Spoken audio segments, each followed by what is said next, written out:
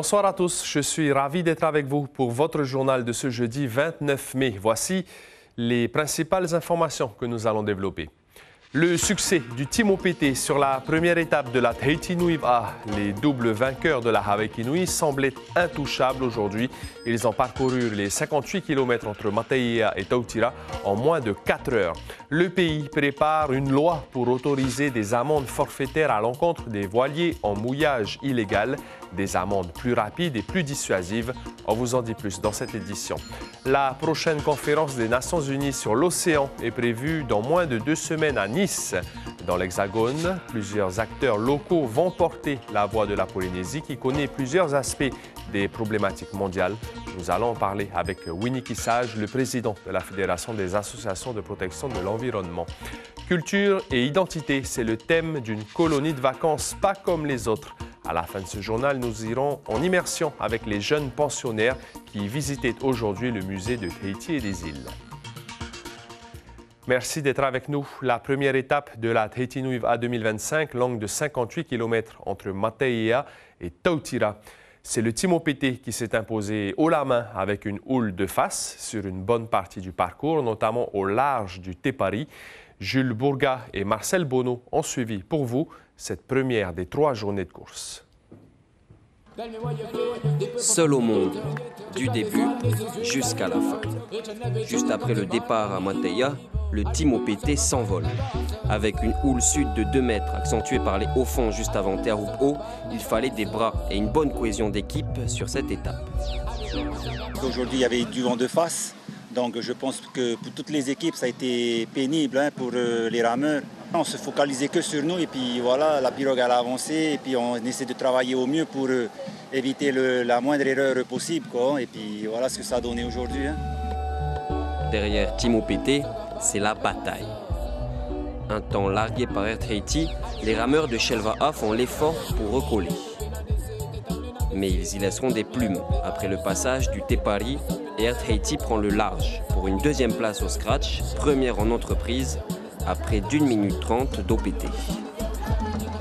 On avait une bonne symbiose, on glissait bien et puis c'est ce qui nous a permis de prendre l'ascendant sur les autres.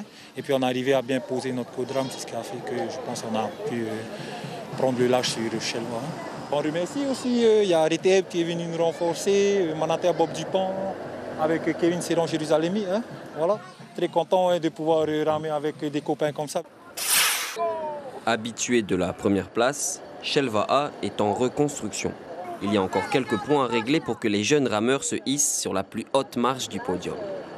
Bon, un peu déçu parce que c'était stratégique et puis on n'a pas su vraiment faire ce qu'on voulait faire. Mais c'est comme ça, c'est des erreurs après qu'il faut retenir pour la suite. On est satisfait quand même de la performance, malgré on a fait quelques erreurs personnelles. On a montré qu'on est présent, donc c'est ça qui est positif. Demain, place au surf avec une houle dans le dos, puisque les 21 équipages redescendent de Tautira à Pire'e avec une arrivée au parc Aorei Tinihau. Les écarts sont importants, mais rien n'est joué pour le moment.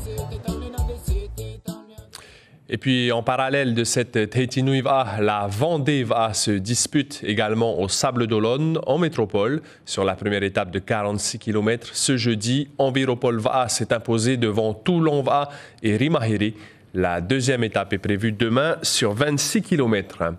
Lutter contre le mouillage sauvage des voiliers, c'est l'objectif de Moetai Broderson à travers une nouvelle loi de pays. Ce projet concerne surtout les voiliers en transit et permettrait de les verbaliser plus rapidement. Actuellement, rien qu'à Vaire'ei, une 40aine de voiliers sont ancrés dans une zone normalement interdite. Et dans les îles aussi, le problème dure et les habitants expriment leur ras-le-bol. Mérénie Gomblin, Hitimanaki et Mirko Vanfou. Toute cette zone-là, le mouillage n'est pas autorisé. Énième coup de gueule contre les voiliers à Ta'a. Les habitants de l'île Vanille dénoncent depuis plusieurs années déjà les ancrages illégaux de ces bateaux. Il y en a qui ne vont pas sur le corps mort et ils jettent l'ancre pour retenir le bateau. Il y a la casse des coraux qu'on constate aujourd'hui et que les pêcheurs nous ont remonté. Même problème à Tahiti. Ici à Veirei, cette quarantaine de voiliers côté littoral sont dans une zone interdite au mouillage. 3 d'entre eux ont d'ailleurs reçu un ordre d'expulsion mardi par le tribunal administratif. Moetai Broderson veut justement proposer une loi qui permettrait de mettre des amendes aux voiliers plus rapidement. Son projet doit d'abord être validé par l'État. Du côté de l'association des voiliers, Arnaud Jordan émet des réserves. Faciliter à mettre des amendes pour les gens qui sont en infraction, voilà, c'est normal.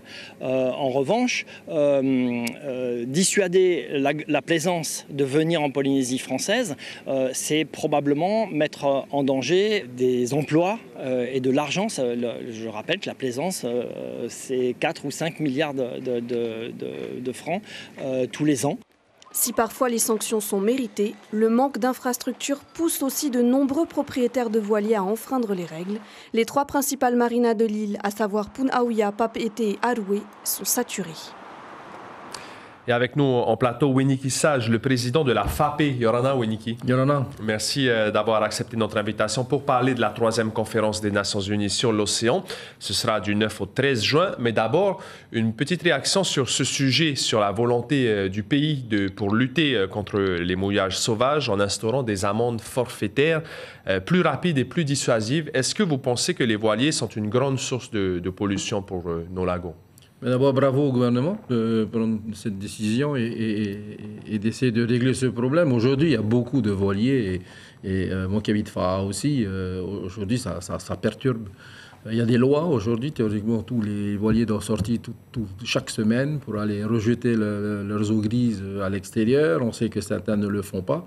Donc il y a des lois et ce que la population ne comprend pas, c'est pourquoi est-ce qu'ils ne respectent pas ces lois. Donc il faut les faire respecter, il faut sans doute peut-être créer d'autres marinas et créer des services pour que justement ce lagon reste le plus propre possible. Vous êtes avec nous en plateau surtout pour parler de la 3e conférence des Nations Unies sur l'océan, c'est dans moins de 2 semaines.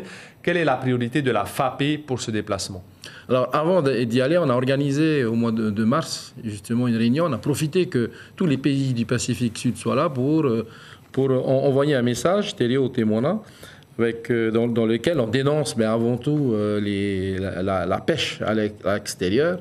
Parce qu'il y a une pêche qui est aujourd'hui perpétrée par nos voisins, d'ailleurs, qui acceptent la pêche à la Seine, ce qui est très préjudiciable à la nature. Pêche à la Seine, c'est avec les grands filets à l'arrière. C'est les grands filets. D'ailleurs, je tiens aujourd'hui, on va féliciter nos pêcheurs, Vini Vini et toutes ces entreprises qui, elles, pratiquent une pêche qui est écologique.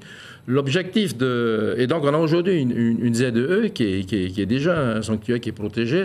Mais ce qu'on aimerait, c'est effectivement de créer à l'intérieur même de cette zone, de notre ZEE, des zones de nos techs, c'est des endroits où on ne pêche pas du tout. Alors, je sais que c'est pas facile, c'est pas évident aussi pour tout le monde, puisqu'il y a des conflits d'usage. Mais effectivement, l'idée, c'est d'abord de lutter contre la surpêche qui se perpétue à l'extérieur. On y va également pour lutter contre le deep sea mining, c'est-à-dire le fait d'aller forer au fond des océans. Tous les scientifiques aujourd'hui nous alertent sur ce danger que peut représenter ce type d'activité-là. On y va également, bien sûr, pour la lutte contre les déchets plastiques, puisque aujourd'hui, c'est nous qui subissons toutes ces choses. Et encore d'autres sujets, bien sûr, qui nous tiennent à cœur. Alors, on va revenir avec vous, Winiki, en interview, mais d'abord, on va avoir ce sujet, car c'est depuis les chantiers de l'Atlantique à Saint-Nazaire, en Loire-Atlantique, que le Premier ministre François Bayrou a présidé ce lundi 26 mai le comité interministériel de la mer. À cette occasion, il a présenté toute une série de projets et de mesures qui concernent principalement les Outre-mer. On fait le point avec Laïd Beritan. Pour lutter contre la pêche illégale en Guyane, le Premier ministre prévoit de simplifier la destruction par immersion des navires interceptés. Car dans le plus grand département français, la pêche illégale étrangère a été multipliée par 2 en 12 ans. Chaque jour, près d'une 60aine de bateaux en provenance du Brésil, du Suriname et du Guyana pêchent dans les eaux guyanaises contre une 20aine de navires français légaux. Le gouvernement prévoit également la création d'un 2e site de déconstruction de bateaux. Autre annonce, l'ouverture d'un CAP maritime au lycée agricole de Matiti.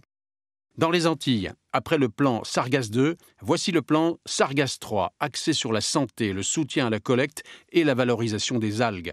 Le précédent plan était doté de 36 millions d'euros sur 4 ans, entre 2022 et 2026. Pour atteindre l'autonomie énergétique à l'horizon 2030, le CIMER propose de développer les énergies marines renouvelables. Pour La Réunion, c'est l'éolien offshore qui retient l'attention du gouvernement, avec l'annonce d'une étude d'impact pour la réalisation d'un projet d'éolienne en mer. À Mayotte, la flotte de pêche est sinistrée après le passage du cyclone Chido. Parmi les mesures, la modernisation des bateaux, le retrait des épaves, le remplacement des équipements non assurés et la transformation du port de Longoni sous compétence de l'État en 2028. En Polynésie, le Premier ministre promet l'ouverture d'un baccalauréat professionnel polyvalent pour développer les filières maritimes. À Wallis et Futuna, il est prévu de renforcer le registre pour les navires de croisière. Enfin, d'autres annonces sont prévues lors de la conférence des Nations Unies sur les océans à Nice. À partir du 9 juin prochain, Emmanuel Macron devrait confirmer le renforcement des aires marines protégées dans les Outre-mer. Winnie Sage, on l'a vu dans ce sujet, la pêche illégale en Guyane, c'est une réalité. En Polynésie, apparemment, on est plutôt préservé d'après les chiffres du Haut-Commissariat. Alors, quand on voit le nombre quand même de bateaux chinois qui passent dans nos îles, est-ce que vous y croyez vraiment qu'il n'y a pas de pêche illégale? On fait confiance à l'armée, mais effectivement, on est aux aguets. On a d'ailleurs gagné dernièrement au tribunal un procès pour un bateau chinois qui avait relâché du mazout. Donc, ils ont accepté de payer et c'est bien. C'est pas toujours facile, mais on sait que dans le Pacifique, il y a aujourd'hui des bateaux, c'est pas que des bateaux chinois, des bateaux coréens, c'est aussi des bateaux espagnols, c'est beaucoup de bateaux américains. Donc c'est tous les grands pays qui viennent aujourd'hui dans le Pacifique pêcher bien sûr à l'extérieur. Mais ça a un impact directement sur notre pêche artisanale, sur nos îles. Vous parlez des grands pays, la guerre d'influence dans la zone Indo-Pacifique, entre la Chine, l'Europe, les États-Unis. Est-ce que vous pensez que cette conférence des océans se déroule dans un contexte assez particulier de ce point de vue, pour le Pacifique, je parle? Oui, il y a un contexte particulier, on le sait, depuis la dernière élection du président américain. Mais il faut qu'on y aille, parce que c'est dans ces rendez-vous-là qu'on peut influencer pour ensuite créer des lois internationales. La protection de la baleine, il a fallu des années et des années pour arriver à protéger complètement les baleines. Aujourd'hui, c'est la même chose. Ce qu'il faut savoir, c'est que tous les scientifiques demandent à protéger les océans. Aujourd'hui, quand un pays fait l'effort de le faire, il peut accéder à des fonds. Et c'est pour ça que j'aimerais d'ailleurs remercier aujourd'hui notre ministre et le gouvernement qui sont prêts aujourd'hui à faire le pas et aller vers une protection un peu plus forte dans notre ZEE. C'est quelque chose qui est très bien, extraordinaire. Tout ça, c'est bien sûr pour que demain, on puisse pêcher encore mieux dans notre pays et garantir un développement durable pour nos enfants. Et préserver donc la ressource. Merci beaucoup, Winnie Sage. On retiendra donc que vous allez à Nice pour la 3e conférence des Nations Unies sur l'océan en portant des combats comme la lutte contre la pêche illégale, l'anti-minage, l'interdiction des minages ou encore le développement des aires marines protégées, notamment dans la ZEE. Merci beaucoup. J'aimerais juste rappeler à tout le monde qu'il y a encore une pétition de notre ami Jason Mann qui fait le tour de l'île. Et il faut féliciter ces jeunes qui s'impliquent énormément. Et j'aimerais juste féliciter encore notre équipe du Team OPT pour la première victoire ce soir. Merci beaucoup, Winnie Sage, président donc de la Fédération des associations de protection de l'environnement. Des pièces uniques et un savoir-faire reconnu. Le 57e Salon des Marquises a débuté aujourd'hui au Parc Expo de Mam'o. Ce sera jusqu'au 8 juin avec 77 artisans qui vous attendent. Sculptures, tapas, mon-œil ou encore fruits séchés. Il y a quelques bonnes idées cadeaux pour la fête des pères. Écoutez Marc Barcinas, le président de la Fédération Tuhuka Othenouainana, au micro de Mérénie Comblin et Mirko Vanfo. L'art marquisien, c'est unique. C'est unique et moi je voudrais que les jeunes, surtout les jeunes, ils se mettent dans l'artisanat marquisien. Beaucoup de jeunes qui sont là, ils n'ont pas de travail. Alors c'est un moyen que la fédération est en train de mettre en place avec le service de l'artisanat, surtout pour faire rentrer ces jeunes à faire le métier de l'artisanat. C'est un gagne-pain pour toutes les familles des marquises. Alors, il n'y a pas beaucoup de travail dans les îles comme partout, même autour aux Australes. Alors, mais beaucoup de gens des marquises maintenant aiment de se lancer dans l'art marquisien, quoi. Ma culture, mon identité, c'est le thème d'une colonie de vacances organisée par l'association Mouvement des jeunes de la famille ménésienne. Durant cette semaine, plusieurs collégiens se sont penchés sur l'histoire de leurs racines, leur identité culturelle. Chiquita Teiva, Ariho Etif Afana.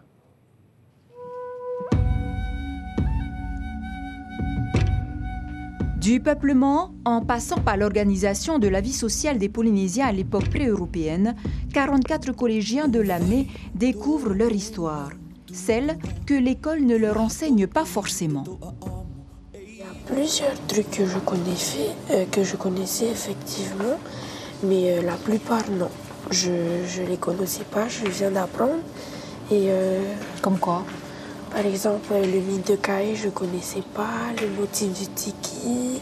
Après, par là-bas, tu avais des tikis, plusieurs poissons. Ça fait du bien de savoir tout ça. C'est très intéressant parce que maintenant, notre culture, ça disparaît de petit à petit. Et je veux bien savoir très bien de notre culture aujourd'hui. Depuis lundi, les jeunes ont redécouvert les sports traditionnels. Préparer un ma'atheti pédagogique, cette visite au musée des îles referme en quelque sorte cette semaine culturelle. Ils étaient très heureux de venir au musée des îles. Pour beaucoup, c'était la première fois. Et on les sent vraiment intéressés parce que c'est moderne, c'est espacé, ça donne envie de lire, ça donne envie de venir découvrir. C'est un peu la conclusion parce que depuis lundi, on travaille beaucoup sur notre culture, on apprend plein de choses. Par exemple, mardi, on a fait la cérémonie du Hava. Donc c'était carrément top, on a appris plein de choses sur notre culture et c'est vraiment cool. Pour clore en beauté cette colonie de vacances, les élèves ont élaboré une soirée spéciale mini Heiba, comme pour annoncer les festivités à venir. Et puis, il était passé par la rédaction de Polynésie la Première, RFO à l'époque. Le journaliste Jean-Paul Hippos est décédé à 60 ans des suites d'une longue maladie chez lui, à Maturi, en Guyane. Il avait notamment été rédacteur en chef ou encore spécialiste politique. L'information principale de ce jeudi 29 mai, le Team OPT a mis moins de 4 heures pour remporter la première étape de la Tahiti Nui A. Aujourd'hui, les doubles vainqueurs de la Haveki Nui ont dominé au scratch Air Tahiti et Shell Va'a. La deuxième étape demain entre Tautira et Pir'e, longue de 55 km, va réunir toutes les catégories engagées dans cette édition 2025, avec notamment les femmes, les juniors, les équipes mixtes et les vétérans de plus de 50 ans. Sur vos écrans, après ce journal, Pa'oaura, puis la nouvelle série Lakenu. Sur le site internet de Polynésie la Première, l'article du jour, c'est l'immersion au sein de la prison de N'Utania de la Brigade Verte à l'occasion d'un atelier de sensibilisation à l'environnement. C'est la fin de ce journal. Merci de votre fidélité. À partir de demain, vous aurez le plaisir de retrouver Suliane Favnek jusqu'à la fin de la semaine. On se quitte sur des images du Salon des Marquises. Passez une excellente soirée et prenez bien soin de vous.